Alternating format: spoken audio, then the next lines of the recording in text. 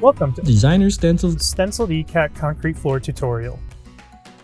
Start by applying repositionable spray adhesive to the back of the stencil, then wait 30 seconds for the spray to get tacky. Use frog tape painter's tape to protect the base of the wall. Oakley & Studio's stencil designs come in various sizes, so for this project we're using the medium format for maximum coverage. After pressing the stencil in place, use frog tape beneath each triangle registration mark in each corner. Now fill your paint tray with gray paint, then load your roller. Roll off the excess paint into the tray and onto paper towel before stenciling.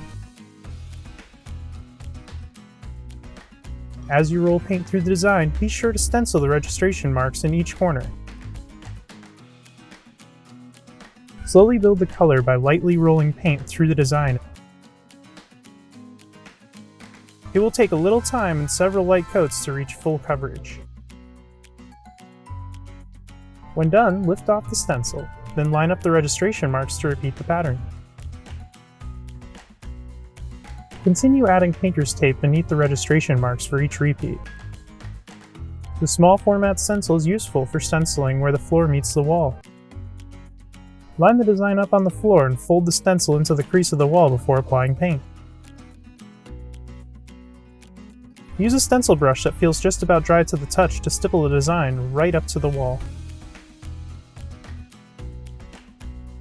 After the last repeat, peel the painter's tape off the wall and touch up any spots in your base color.